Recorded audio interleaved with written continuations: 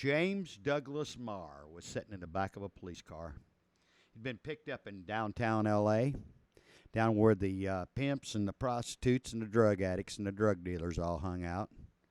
Now, James was homeless. He'd been picked up by the police. He couldn't prove who he was. He didn't have any ID. And they kept asking, "What are you doing down here, man? Come on, it'll go easy for you if you just come clean. Tell us your story." He kept saying, "I don't belong here. I've not done anything. I've not done anything wrong." And they asked him numerous times, "Well, what do you do?" "Well, I'm a comedian."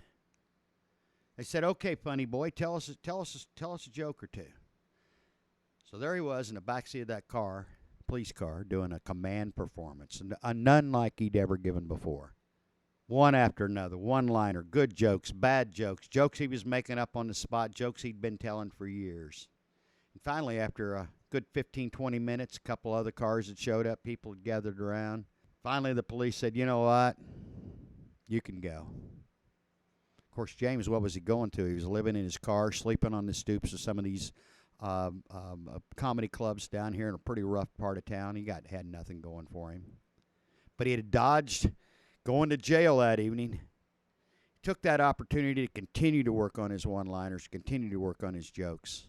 James Douglas Muir Leno, otherwise known as Jay Leno, gave probably the most important performance of his life from the back of a police car down in downtown L.A.